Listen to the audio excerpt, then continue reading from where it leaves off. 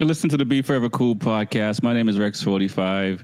We got Nomad on two wheels in the building again. What's going on, brother? How you doing? I'm good, man. I'm good, man. Glad to be back on the show, man. Definitely. Nice to have you back and get caught up and stuff like that. I saw your post on social media, and so I kind of have a little bit of idea. It looks like you're having a lot of fun on two wheels over there. So I think last time you were on the show, it was right before the Romaniac race and stuff like that, the Red Bull race. So let's talk about just jump into that, like getting your bike back together and stuff like that after traveling for a few years on it. What was that like? And then, the preparation. And also, I think at one time you would post that you might not make it to the race. So let's talk about like that, what happened there and how you got through it and stuff like that.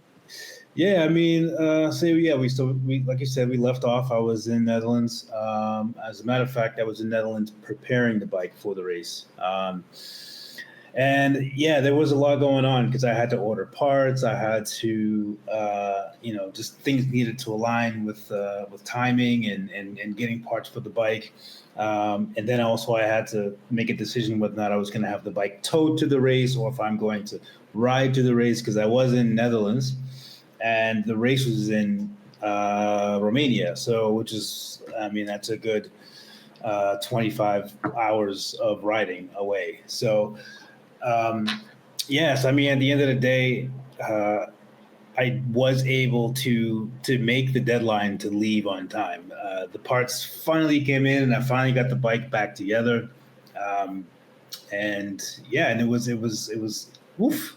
It was like right at the nick of time that I was able to get the stuff together. And then the guy at Bob at Bob's Bike Shop helped me so much with everything, and he helped me get the parts and get the things that I need. Like I was going crazy looking for fork tubes. I couldn't find fork tubes, and he just sent a message out and was able to get someone who was able to sell me fork tubes that are just out of nowhere. So because my forks were brutally damaged, they needed to be replaced. So you're gonna get a job at Yamaha for R&D. Yeah, exactly. So there was a little bit of stress building up to the race, and then once I had the bike ready, and it was like, okay, clearly I'm going to ride the bike there. I'm not going to get it towed. Right. I knew I was running a little bit of a risk. Oh, there was also one thing that I needed to get, which was a 2.5 rear rim. Mm-hmm. Generally, the rear rim that I have was, I think it's a 3.5, I believe. Okay. But I needed to run a 2.5 rear rim to put mousse in the rear tire. So, and the mousse is like, I'm not too sure if you're familiar with mousses, but it's like that rubber foam that goes inside the tube, so inside the tire. So that's okay. So you don't have to run inner tubes. Okay. And you don't have to worry about putting air in it. So, and because it's off road and it's a heavy bike, you can get pinch flats if you have tubes in it. Mm-hmm. So the ideal thing to run would be mousse. Got you. Unfortunately, I was unable to get mousse because I didn't have the right size rim. Got you. I didn't have the right size rim because I was on a massive budget, which I don't recommend doing this race on a budget, but if you have to, then you have to. So I was on a budget, and to buy a whole new rim, I'm looking at a good $1,200. Right. Oh yeah. I got some rims coming now. I know. Mousse, yeah. Plus the mousse and the new tire, and then you're looking at another like $1,500. You're looking at a total of about $1,500. So it wasn't in the budget, and I knew that I was going to riding the Romaniacs on tubes, and it would be a risk. Right. That it would. So let me ask: after doing all the stuff that you did to the bike, and after being on a bike for a few years, what did that bike feel like when you rolled it out of Bob's garage? Oh man! That is honestly, I turned it into a completely different motorcycle. I chopped the nose off. I took out about 25 to 30 pounds off of it. Wow. it felt like the biggest dirt bike ever. Like it was just a massive dirt bike. It handled completely differently. It just didn't handle like a big bike anymore. It took me some time to get used to it, and I didn't have enough time to get used to it. Mm-hmm. I only did like a small little dirt run through the dirt, through the mud, sand, but no mountain climbing. I didn't do any mountain climbing. That's all Romaniacs is all mountains. So I didn't do any uphills or downhills. So I had to really try to get used to that bike in a very short amount of time because it felt completely different. So, but when I rolled it out, though, it was like, wow. I mean, I feel like I can just. It was so light. I can just like it just. And these adventure bikes they're heavy. You know, they're big bikes. Yeah. Up. So, but my what I did to it, I really shaved off a lot of weight, and it made it. Gotcha. Do you think if you knew what you knew now, you would have done it when you first got on the road just to save some weight? For travel wise, no, I probably would have just used a different bike. Okay. Yeah, I mean, even though that bike is like one of the most reliable bikes out there, I'm a massive fan of weight savings now. Uh-huh. I've always have been, but I think now I'm even more of a big fan of weight savings. And it's just like if you're gonna use this bike to travel, then it's tough to use it as a travel and also a race bike, a light race bike. So because it's a big bike, it's top heavy, it can be very heavy to pick up when you drop it because you will drop it. And I just think that when you try to mix the two of racing and travel, it can be very, very difficult because you want a light bike for racing, but you also want the reliable bike to be on the road and travel with, but yeah, I mean, I think I could possibly travel with this bike, but it's just, and there's no big windshield on there, so the wind just smacking me in the face. It's just, that got to be different. There's some key creature comforts that I would miss if I just use this for the road as well. So. Got you. Now, you said if you had to do it again, you would pick a different bike. What would it be? Ooh. As far as the travel, because I think I know you need more than one bike. There's a reason why I have 6 bikes, because like one do everything. Yeah, and the thing is, like, now I know what kind of traveler I am, and I love to go off road. So if I were to do this travel all over again, I would probably do more like 80% off road. Okay. I did a lot of pavement riding, but I would have done a lot more dirt. With that being said, I definitely would choose a lighter bike, something like maybe. I was looking at the AJP PR7, which is a Portuguese brand. That's a thumper, so it's like one single cylinder. I mean the KTM like 701 or no, then the Husqvarna. That's the Husqvarna. The Husqvarna 701, not so much. I probably would go more for a KTM like 690 or something. Or yeah. Now they have the Kobe 800. So that's I don't know that brand. That's it's Chinese, and it's hitting the market real hard right now. So it's like the lightest bike right now. That's adventure bike. So for racing and nice. So, I mean, I'm not too sure which one I would get. I'm on the market right now, just looking around, trying to see what's going to come out for 2026. Okay. If I don't find anything, then I'll probably go back to a Tenere that I have, an old one though, like a 2021. Got you. Yeah, because they've done so many electronics now to it, and then just like I don't like the electronics. Right. Yeah. That's interesting. So you got the bike back together. You had to ride to Romania, 25 hours of riding on a different feeling bike altogether. Like halfway through the ride, were you like, man, I wish I had the windshield? Yeah.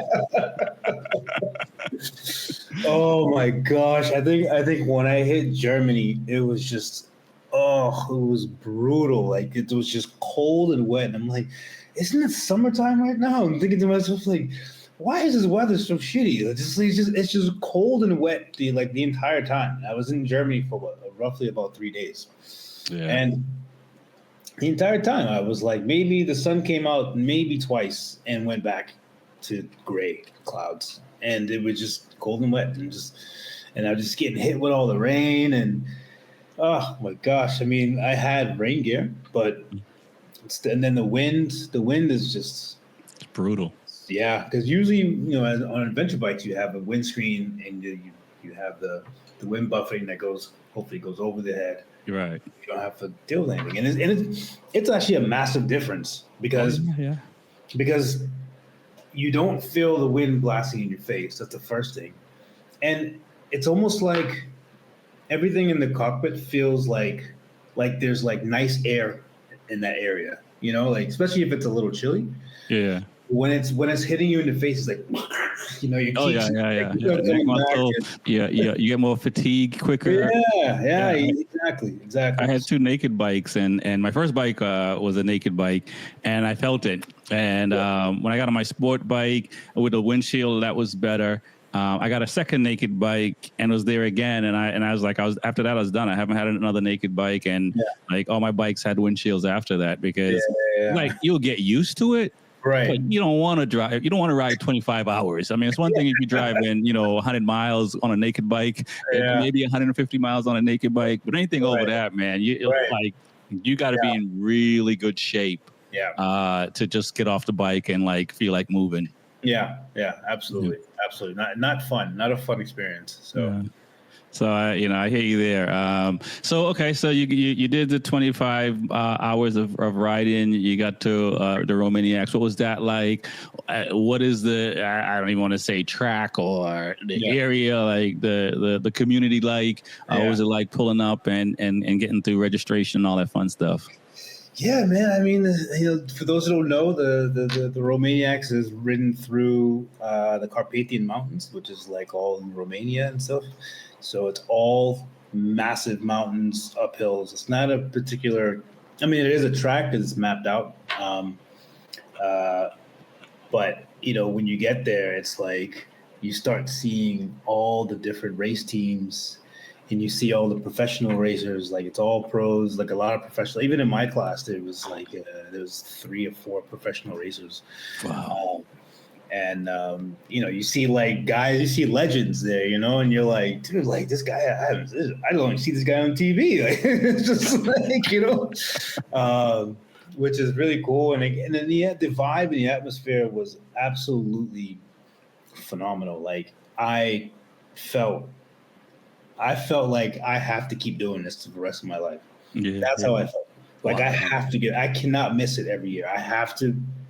I can't miss it 1 year. I have to keep doing this because it was just like everybody was like super cool. Everybody was just on a different wavelength. And it was so much explosion and there was so much excitement. And, you do the prologue and you see the guys hopping over the logs and all this stuff. And it just like, you see the pros go and you're like, dude, these guys are really, really, and you see guys on my bike, my size bike doing all kinds of crazy shit. And you're just like, what in the world, man? It's just wild. I also met like a lot of really cool people. So I became friends with like 4 or 5 guys that, we pretty much created a team now. Like we were like, let's do this every year. Let's rent out a place. They have their mechanic. I'll bring a mechanic. We have 2 mechanics for all 5 of us. And we'll do it the right way. I think, for me, I felt like I was a bit unprepared, but that's we'll talk about that. It's always like that. I remember the first time going to the track and racing and stuff like that. You're always, I think even if you had a catalog of everything you needed to get and you brought everything with you, you'll still be underprepared because guys will be looking at like, you don't need that. You don't need, you don't need this. This will break after like 3 laps. And it's crazy because when I got there, people were looking at me. They're like, "Are you racing?" I'm like, "Yeah." And I was like, "You don't have how'd you get here?" I wrote it. They were like, "You have New York plates. Did you ship it here?" It was like, no. I rode my bike from New York, from Boston, to get here, and they're like, "What?" they couldn't even process it. It was just Dude, like, listen, your story is one of the you're craziest racing, stories, bro. I'm you're telling racing you, this it's bike. wild. Yeah, they're like, "You're racing this bike, the one that you just rode from the United States." Like, yeah, and it was like they're just looking at me like, "Wow." Like, no, man, this can't be. So I got a lot of that because if you look, you can see all the flags on my bike and people, and you see the New York plates, and everyone's just like, "You really took this from the States?" It's like, yeah, So via you're South like, America and Africa. And then they're like, "What?" it's like, yeah, I've been doing this for 2.5 years, man, trying to Yeah, get here. And they're like, yeah. there's a flight that'll get you here in 16 Yeah, hours. yeah. And then there were people that were like, "Wait a minute, I heard about you. Oh, Yeah, I heard about you. Yeah. So like, that's what's yeah. up. So So yeah, people. you're like a celebrity as well, Yeah. getting around. So all right, so you're there, you're meeting people and stuff like that. Like what at what point you see? Obviously now you'll go back again for every year if you can. At what point did all that sink in for you? Like after you're registered, after your first run at something, or just the fact that when did you take a minute just to soak it all in, right? Because it's one thing to sit here when you're back in New York or Boston and say, hey, I'm going to do all these things right here, and Yeah. X, this is where I'm going to get to, right? I mean, a lot of people do that, every day in life, right? So like. When how has it sunk in? But when did that sink in for you? I mean, it sunk in when I started actually walking the prologue.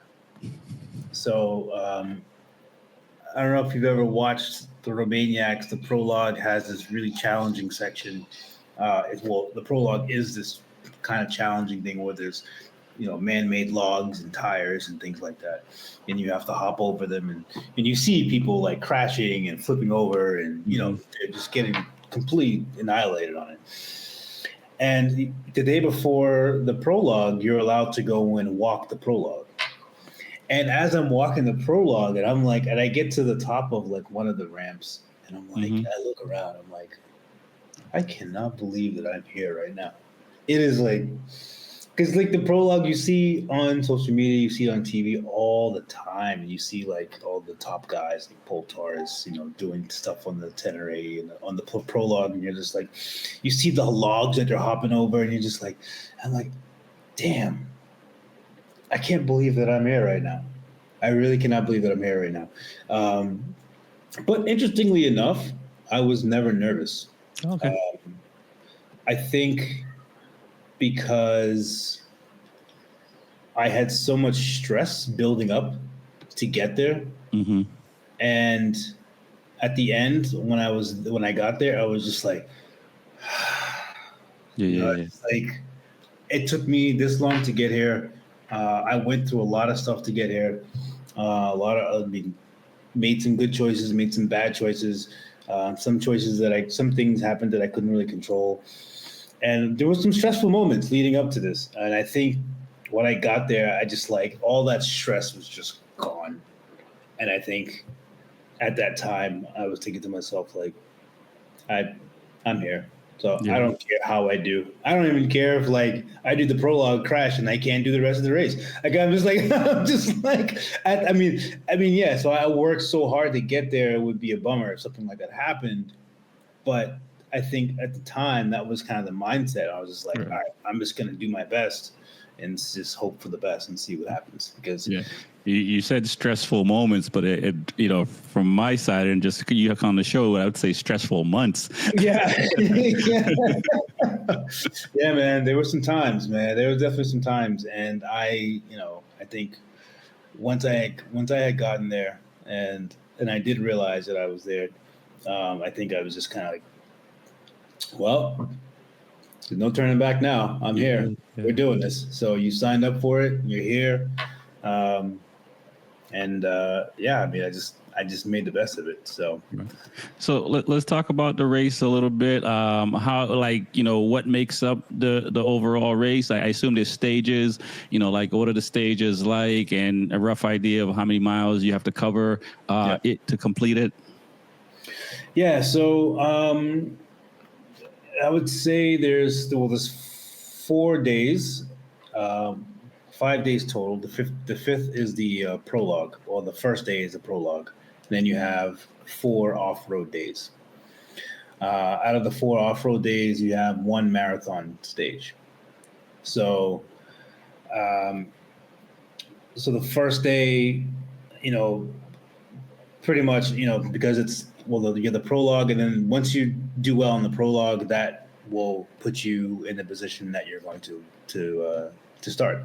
Right. Now, it's good to start in the beginning because the dirt in the mud starts to get piled up, right, which I've learned. The dirt starts piling up, the roots start getting kicked up, the rocks start getting kicked up, so all the hill climbs and things like that become more challenging. Yeah. When you're behind. Yeah. So you actually want to get a good place to start when you start the race. But yeah, I mean, everyone goes to the first day. The second day is actually the beginning of the marathon stage. So what they do is you ride to a hotel, mm-hmm, right? You do the race and you get to a hotel, and you're not allowed. Your crew is not allowed to work on your bike. Okay. Only you are allowed to work on your bike. Wow. At that time.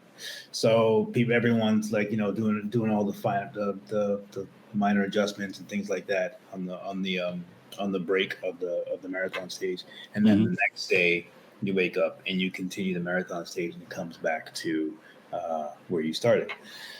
And then the fourth day is the fourth day. That's the fourth off-road day. Usually at the end of the off-road day, you have a massive hill climb to do in front, mm-hmm, of everyone. That's if you've ever watched it, there's people that go up this extremely, extremely steep hill that it's like everyone is getting halfway up and the bike is going right and they're going left. So, wow, there are people that definitely do make it up there. I would say the majority of the people don't make it up that hill. And yeah, you just see the bike come tumbling back down the hill. So I assume that's the last race of the day, because when your bike tumbles back down, you got to repair it, right? That is the last of it. That is it. Like, that is the hill climb. You have to get through that in order to complete the race. Wow. And then after that, it's just a big party. Who doesn't like a party? It's a massive party, man. Woo. So let's talk about the stages, and like, how did you think you were prepared? 75% prepared. Afterwards, like how you like, okay, these are the things I need to work on next time, or like, going through it, what was it like? Yeah, so getting there and realizing, I would say after the first day, I realized a lot of things. I realized, number one, my bike was barely prepared. I mean, I did a lot of preparation. I spent a lot of money, spent a lot of time getting the bike ready. I would say there are a few things that I could have definitely done differently. Number one was the rim, getting a smaller rim so I can get the moose. Having more tires. I only had I had 2 rear tires and 1 front tire. Mm-hmm. I would like to have a rear tire for the first day, get a new rear tire for the second day, do the marathon stage, and then get a rear tire for the fourth day. Wow, so 3 rear tires. Is that, when you say rear tire, is that rear tire and rim? Just tire? No, just tires. And probably run different mousses in there, like softer mousses, things like that. So that's probably the biggest regret, was just not getting a more narrow rim and putting mousse in the rear tire. Right. Physically, oof, man. Yeah, let's just say I had no time to work out. I had no time to train. I didn't train. I knew it was going to be physically demanding. but I did not have time to really to work out the way that I'm supposed to. Mm. Yeah, I could have worked out in the Netherlands, but that was just like 2 weeks. Right. And that wouldn't have been nowhere near enough to what I was getting myself into. My muscles started cramping. I would probably say every single major muscle in my body. That's like hamstrings, quads, glutes, Shoulders. yeah, biceps, all these triceps, everything started to completely seize up on me. Yeah. I've never had that where it was all seizing up at the same time. Yeah. Never had that. And I drank so much water. I drank so much electrolytes. Yeah. I had everything. And I the first day I was like, I couldn't, like, my hand would cramp like this. Yeah. I couldn't. I had to. Yeah. I couldn't control my muscles. The Yeah. same thing with my arm. It was like this, and I had to actually like push it down because I couldn't. Wow. It was seizing up, and I can see the muscle like just pulsing. Spasm. Yeah. And then the hamstrings was just like, if I sat down, my hamstrings would hurt. If I stood up, my biceps would hurt. So it was just, I would say like 75% through the first day, I was like, I was done. Like I was cooked. I was like, I don't know how I'm gonna do this. It's just like, and that's frustrating, man. I mean, I've had that, early on racing, not working out, and having my arm muscles fail on me on a bike. Grabbing the front brake, and I'm just falling on the tank because I can't hold myself up. Yeah. And that when you sit in and you got time off and you're thinking it's like there's no quick fix. Yeah. You just gotta push through it. You just gotta push through it. That's it, man. So I would say, my muscle endurance was brutal. Mm-hmm. As far as like my energy goes and my heart rate and breathing, I think that was fine. But the problem was just my muscle. I had so much muscle fatigue, and the bike was definitely could have been a little bit better with the bike and getting more preparation with it. So that was the first day. The second day, so the first day I didn't finish. And so there was a time on the first day where I stopped to grab water, right? And I put my right foot down. So I was kind of on a slight embankment. Mm-hmm. And I put my foot down to stand up on the bike or to sit down on the bike, whatever. And I'm taking water, and then I went to put my foot down, and the embankment was too low. Yeah. So the bike just started tipping over. So it tipped over, and it landed right on the brake lever. Oh man! And then I just saw the brake lever like over there, and I'm like, "This is not good." Yeah. I don't have a front brake lever. So the bike landed with the wheels facing up and the handlebars were down low. So now I had to like figure out how to get the bike up because whenever it's like, whenever the handlebars are lower than the wheels, it's just a nightmare trying to lift the bike. Yeah. So I'm like, okay, well, let me go on the other side of the bike and lift the bike and flip it over to the other side and let the wheels be down there on the hill. And now the handlebars, now I can. Yeah, so I had to figure out how to brake without, or how to ride without front brakes. And I'm like, there's no way that I can ride this bike without front brakes. Didn't you have a lot of practice in Africa? There's no way. The hill climbs or the descents. Oh, yeah. Way too crazy. Like, and I'm talking like they're crazy to the point where you get there and you just look straight down. You're just like, I have to go down this. And you're just like, yeah, you got to go down that. There was no way I would have been able to complete the race with the. Right. So, okay. So at that point, you took yourself out. Well, I didn't. I did probably another like 25% of the race without the front brake. Uh-huh. And I got to a hill climb. And I saw one of my friends, and he had burnt his clutch out on that hill climb. Yeah. So he's like, that hill is fucking insane. You're gonna go up it, go to the right, stay to the right because it's gonna curve to the left, and all this. He was like, it's an insane hill climb. And I told him, I was like, dude, I had no front brake. And he looks at me, he's like, dude, you can't do this race with no front brake. Yeah. It's not going to work. So then I was like, okay, I got to figure this out. So then I looked to see what tools I have, because I brought like a bag of tools. Yeah. I have a vice grips, like the mini ones. Yeah. Oh, so then I just like, you know what, I tightened it as much as I can on it, and I, got it. I'm like, I'm gonna just clamp it down as tight as I can so that I have a little bit of a lever. Yeah. So I'm like, okay, this works. So I make it up the hill and I keep going. But the problem is that brake lever over time, or the vice grips over time, are going to get a little bit loose. Yeah. That's what was happening. It was getting loose, so that when I pulled in the brakes, it would collapse a little bit. Yeah. So eventually, get to a point where the brakes don't work anymore, Right. and I have to actually undo it and then put it again. So I had to keep doing that. And it was also making me a bit more skeptical about going down some of the hills. Right. As it should. So I was taking my time, and I knew that I was just making time as I was getting to the checkpoints. Right. Because they were giving you time as you get there, and I'm like, oh man, like, I don't know, man. I don't know how I'm gonna make this, because I keep just making it to the checkpoints. And then it got to the point where I timed out. So eventually, if something happened, I would have a timeout. My GPS died. I had to stop and change the battery. I think that's really when that happened. That's when I realized, like, I'm probably going to time out right now to the GPS. Right. It took me like 10 minutes to change the battery in the GPS. So, wow. Yeah, because I couldn't get it out of the case.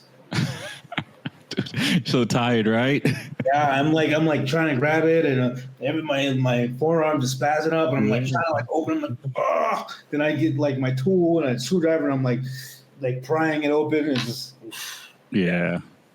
So that's the worst when you're tired, and I've gone through situations like that. I've gone through situations where I would not race when something happened, and then had to learn to fight through stuff. And when you're fighting through it, man, it's I don't know. There's you always get to a point. For me, it's just like, should I just call it? Yeah. Keep in my mind. Then you gotta push that out and keep pushing forward. Right. And it's crazy, because the simplest things just take so long to do, because you got all this adrenaline, you're really thinking about getting back on the race, and so you're not really concentrating on what you're doing. You know what I mean? You're just trying to do it, and it tends to make it worse. But and I'll ask about this a little bit later, as far as what you've learned with the experience. But you got through you timed out in that stage. Yeah. And so what does that mean? And were you able to go race the next day? Yeah. So if you do not finish twice, then you get disqualified. Wow. So I had one more opportunity. So the second day, so that was the first day I timed out. The second day, I was like, okay, I'm ready. I think the first day I wasn't mentally there. Yeah. I was ready to do it, but I just wasn't mentally there. I felt so much better on the second day. Second day, I'm like, okay, we're gonna get this. We're gonna do this right. We're gonna relax. We're not gonna fatigue our muscles. We're gonna, and also the first day, I know it's a race, but I felt like I didn't take it as a race. Because I was kind of taking my time at moments, sightseeing, and I was kind of taking my time, especially after I broke the front brake lever. I didn't really I wasn't like, all right, it's a race, Yeah, full gas. But the second day, I was like, dude, this is a race. Like, I need to get on it. I don't want to time out again. And I want to complete at least one day of this race, because a lot of times people don't complete the race. So the second day lined up. I had to start in the position a little bit further back because of the do not finish the first day, which was fine. I didn't mind that. So I was kind of more in the back end of the race. and I was doing well. I was making good time. I was keeping pace with a friend of mine, and we were kind of in it together until like we lost each other. And then there was a section where it was very fast paced. It's kind of lazy on, so it's called a lazy on section where like it's just kind of like you're just on a road, kind of a wide road, and you can just take that fast pace. Um, but the thing is, it's fast paced, but there was a lot of rocks, a lot of baby heads that are sticking around. And that entire time, I was thinking to myself, like, I probably am going to get a flat tire here on the rear because I've aired down to about 19 psi. Mm-hmm. And because I have a heavy bike, it's going to smack one of these rocks. That rim is going to just pitch the tube. Like, it's going to pitch the tube. So I'm riding and I just like bang, bang. And I'm just like hitting the rear. And I'm like, oh my gosh, this is going to be bad. I know this tire is going to go flat. I'm going to get a pinch tube.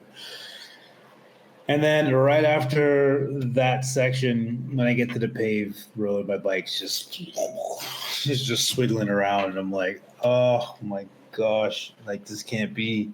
And I'm like, okay, I have an electric pump and I have a spare tube. So I pull over the side of the road and I go to put air in the tire to see what's going on, to see like where it is or whatever. Mm-hmm. Maybe I can just patch the tube and just call it a day. And the pump doesn't work. So the pump doesn't work. This will go back to what did I learn? Yeah, don't bring an electric pump with you on these races. But yeah, the pump didn't work, and I was just devastated. I was just like, I don't even know what I'm going to do now. So I'm hoping that maybe someone had a pump. So what I did was I just rode the bike to the next checkpoint and stayed there. Mm-hmm. And maybe someone will pass by that has an electric pump or a hand pump or something. Mm-hmm. So what I did was I got there, I took the wheel off the bike, took the tube out, took everything off, just in case someone came by. Right. And someone did come by and they gave me a pump. It worked for about 3-4 minutes. I put everything together, put the bike together, put the wheel on, because he had 2 pumps. Ironically, he had 2 pumps on him. There you go. Travel with 2 pumps, man. Travel with 2. Yeah. So he took off and he left me with 1. He's like, I don't know how much juice is in there, but just good luck. So I was like, okay. So then I pumped it. And it died on me. So then I had to call for, at this point, it was probably like an hour and a half that I'm losing. And I'm no way I'm going to make this time if I do get this fixed. So I just called the tow for the race. And they brought me to the service station where like all the teams were. Mm-hmm.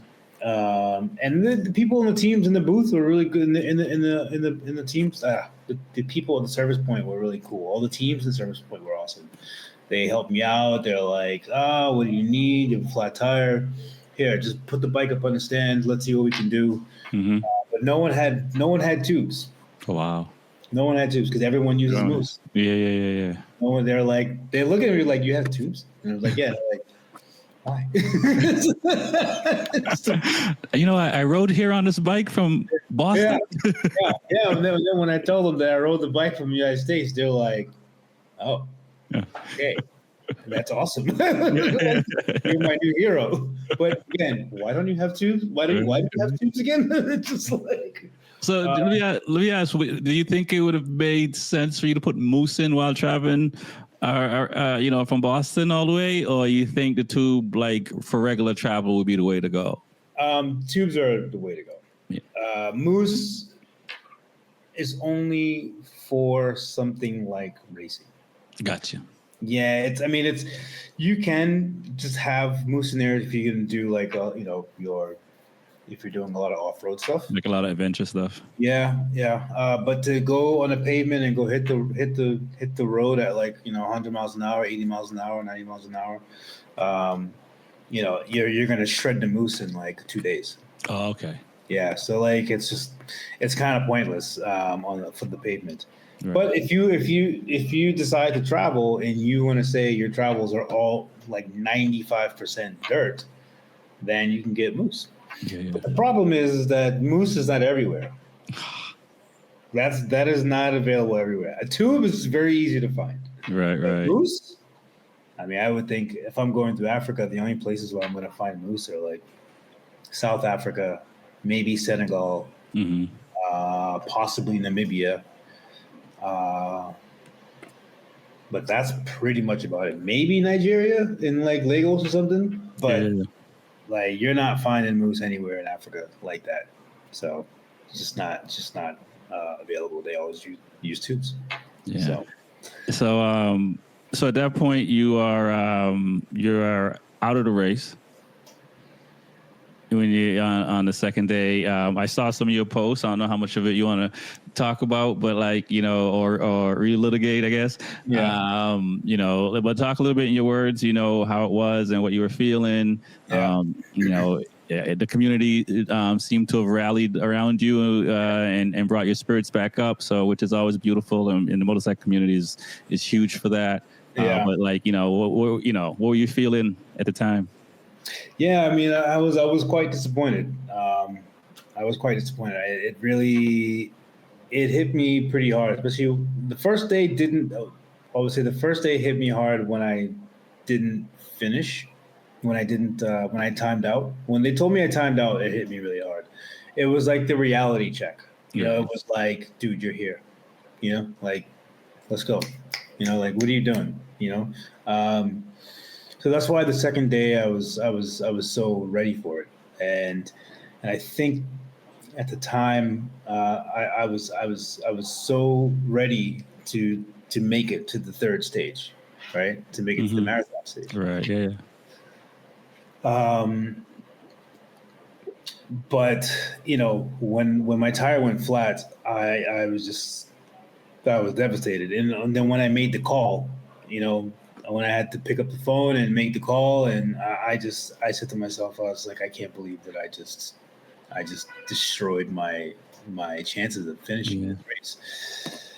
And there were a lot of factors. There were a lot of factors that contributed.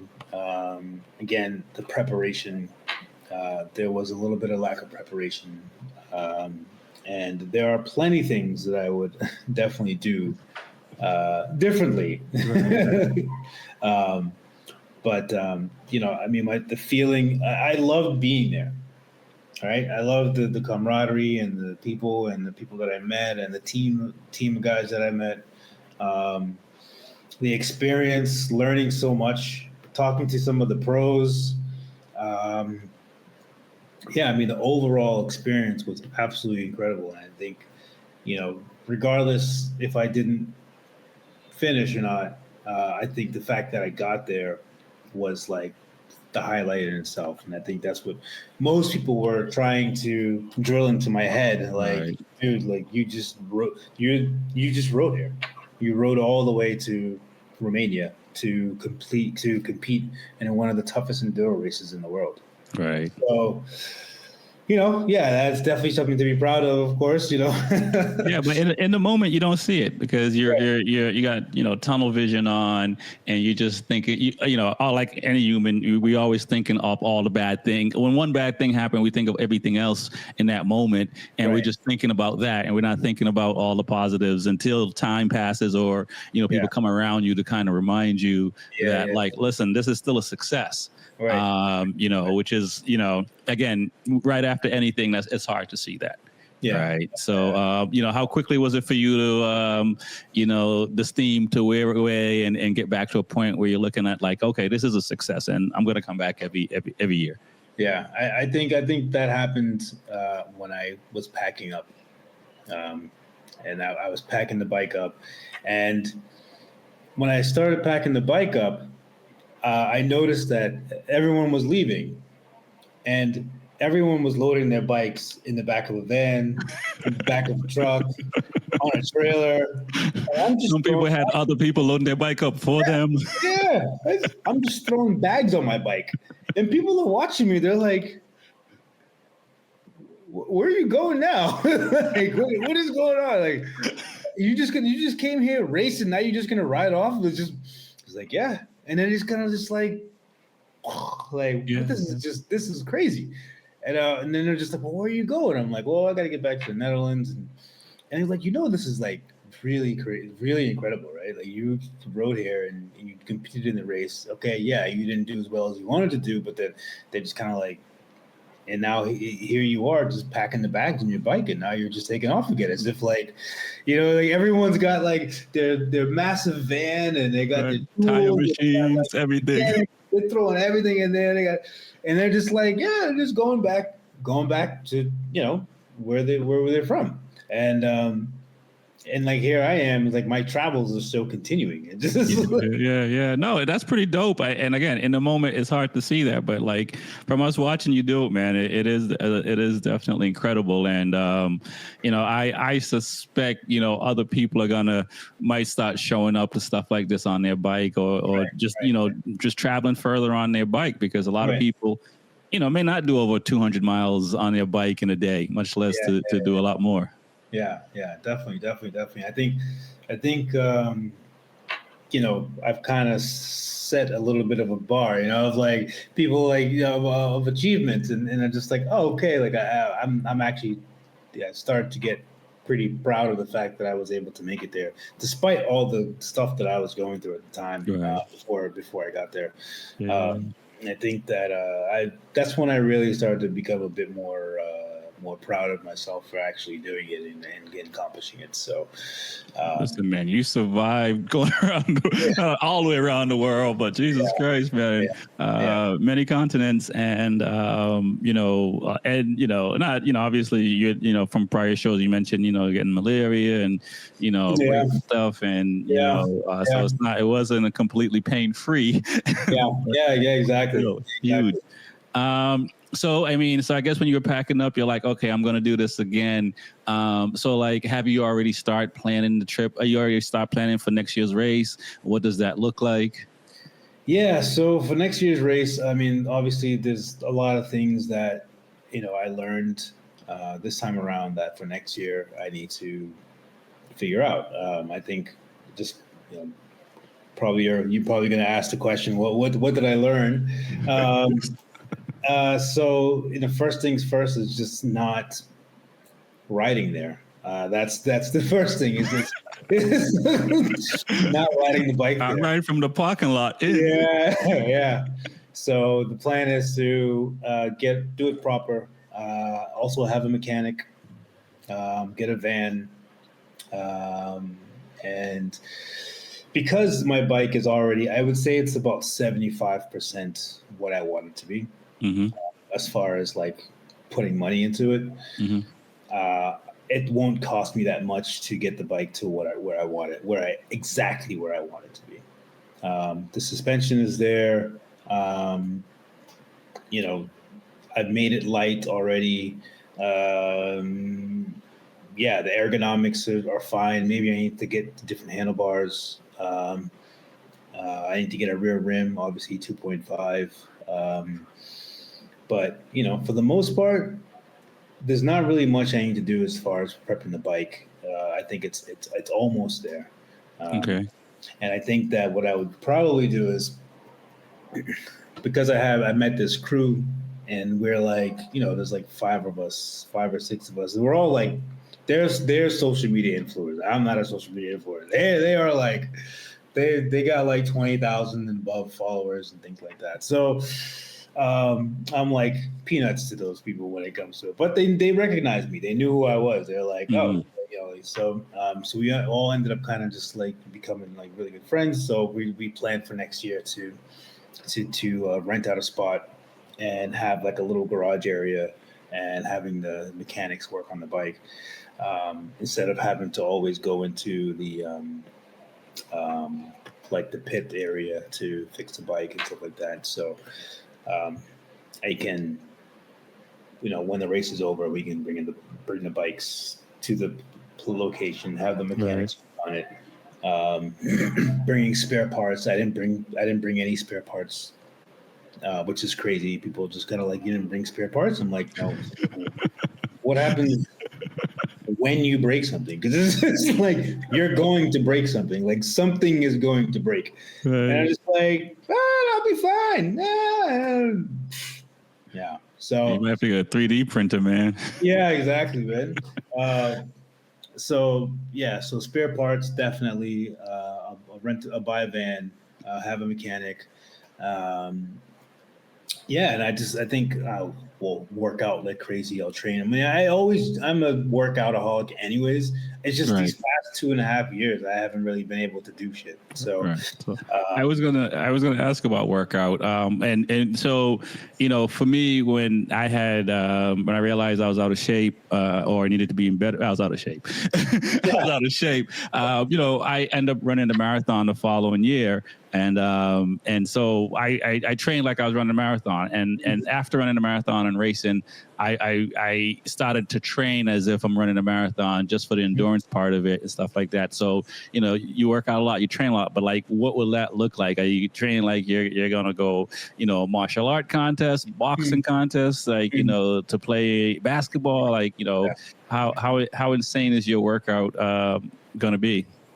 Yeah, so that's a good question. So my background in general is boxing and martial arts, but mostly boxing. A boxing workout is absolutely perfect for this because it's in sprints. Mm-hmm. So it's like sprint training. So it's like you calm your heart rate, and then you speed up, and then you calm, and then boom. There's a lot of leg training for boxing, hamstrings, quads, things like that, because you're constantly bending your knees. And then and a lot of sprints. I'm not a huge fan of just jogging. I prefer sprints. And then just weight training. Things like deadlifts, because you're going to be lifting your bike. You try to do as many functional. And balance and equilibrium, I think, is probably the most important. It's the most important, because if your core is weak, you're going to have weak balance. And if your core is weak and you're going through the forest, you're going through the woods, you're going over roots, you're going over dirt, you're going over sand, you're slowly climbing obstacles, things like that, things that require you to sit still on the bike while you're up on the bike. Core is very, very, very important. And also, as far as training with the bike, a lot more hill climbs, a lot more throttle control stuff. I think my throttle control is actually pretty good. Throttle and clutch, meaning. Yeah. But I need to learn how to do things like lift the front wheel as I'm stationary and just kind of rotate the bike around. Wow. Lift the front. And just yeah. I mean, I can do it on a bicycle, BMX. Yeah. I don't know if you know Trials bikes. Yeah, a little bit. Yeah. So Trials is the absolute 100% best thing that you can do to train for this race. Gotcha. That is the best. Is that what? That's going to my next question. What kind of bike training are you going to do? As well, to like, what do you think you need to work on?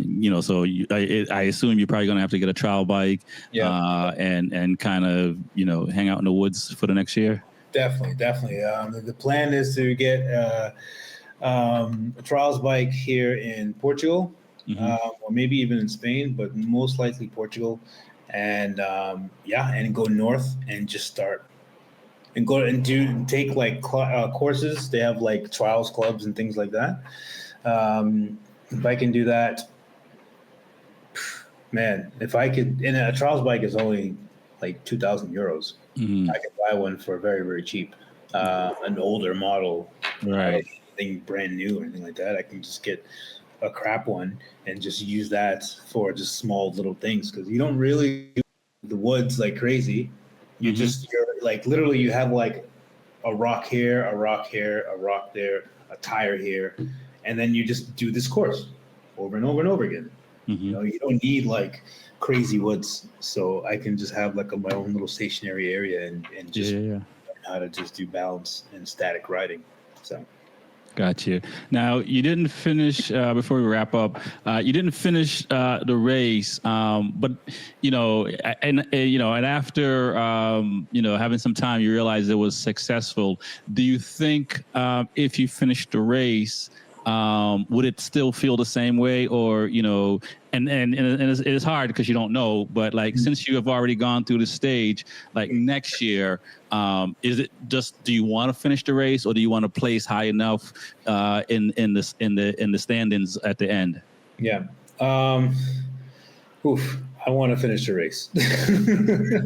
I definitely want to finish the race. I mean, not finishing was obviously that was a little bit of a disappointment, but at the same time, if I had finished, it would have been the icing on the cake for me. But again, just getting there and achieving the goal of getting there is one thing, but finishing is a whole nother ball game, especially when you're doing it all yourself. Yeah. You are your own mechanic. You don't have all the spare parts, and you're doing it on a budget. So there were a lot of factors that were like, this is going to be tough. Right. Get it done, but it's going to be a very difficult journey. So, but again, finishing would have been 100% absolutely the icing on the cake. But, we can't have it all, right? Right. Yeah, no, I mean, I think the way the universe works too, like I said, you've accomplished a lot, and, I think it's few people in your situations would the Rudy stories, or these stories that somebody show up with their own on a car or a bike they're racing or whatever they're doing, and go through the whole field and come out on top. It's usually kind of like you get there, you see what it's like, you know what to expect. Next year you come back. And you talk about the Isle of Man TT, like that, for people are going for year 5 is when they finally start to get quick. You know what I mean? Because they learned in the track. So, do you feel like you will get up to speed in the next year, quick enough to like really push yourself next year? Oof, that's a good question, because obviously a year is, first of all, a year is not a long time. It's only a long time if all I do is just ride every day, and train every day. But we all know we got to work. We're not pros at this. We're not sponsored, so that's not our job. Is not to just practice and train so we can get better. I think just because of the next step, because of the fact that I actually have to go back to the States and make some money, it's gonna take a big chunk of time out of my training. Right. So, I think, do I have enough time? I have enough time to get better. Do I have enough time to complete and do this and actually finish? I believe so. I think what will happen is, after I work, and I'll come back to Europe, I think I'm just going to dedicate all the time, most of the time, to just training. So that's every day. That will be every day. I mean, you're looking at April, May, June. So you're looking at roughly March. If I'm done working in March, and I come back to Europe in March, that would be good, because then I have March, April, May, June, and then the races in July. Right. I can train 4 to 5 days a week, just by, those days. And I think it'll be a significant amount of training. Definitely. Yeah, I mean, and even if you can get a bike over here in the States to kind of just keep the feel, right? Yeah. You don't necessarily have to go too far, but just to keep the feel. Because, I was talking to someone about their race because they just raced this past weekend and they were beating themselves up. And it's just like, listen, man, my best racing was in 21 where I had like 21 rounds. When you're doing, you know, when you're on a bike a lot, you're going to be faster. It's just that's how it works. It's really hard to be, you know, maybe the top guys can take months off and jump on the bike and be, you know, 2 seconds off their best time and stuff like that. But for the rest of us, we kind of need seat time. There's a reason why LeBron James hold the basketball every day and not take time off. So do you think you would, you know, maybe get a small bike here and just to keep riding and keep practicing the technical stuff? Yeah, so I was actually thinking about just kind of getting like an enduro bike in the States, but I just don't know where I would keep it because I need a place where it's got mountains. So it would have to be somewhere like along the Rockies, you know, Colorado or something, or even like New Hampshire. I was going to say, area, but wherever I need to, or wherever I want to ride, it needs to be in a location where there's mountains. It has to, because that's the best training I can do. All right, and I know finance is a huge thing, and I'm just as we're talking, I'm thinking there's enough off court, you know, dirt training academies, for lack of a better word, schools and stuff like that. So a lot of stuff you may just have to fly in and just ride their bike and fly out for the weekend or 4 days or a week or whatever. So you may not even have to own a bike. You just got to figure out schedule wise what lines up and show up. And also, I also want to do as much practice on the bike that I'm going to race as well.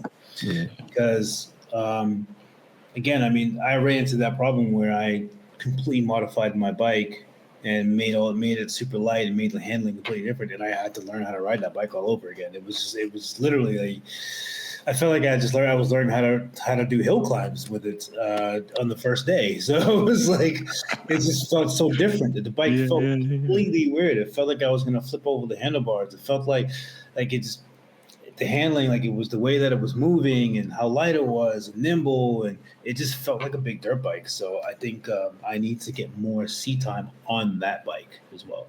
Gotcha. Well, I mean, I can keep going, but I think this is a good place to wrap up. And until next time, man. Absolutely. I really appreciate you coming on and taking the time, and we'll definitely connect when you get in the States for sure, man. I appreciate it. Sounds good, man. Thank you so much for having me, man. Love being on the show, brother. Likewise. Nomad on 2 Wheels. My name is Rex 45. It's the Be Forever Cool podcast. Peace.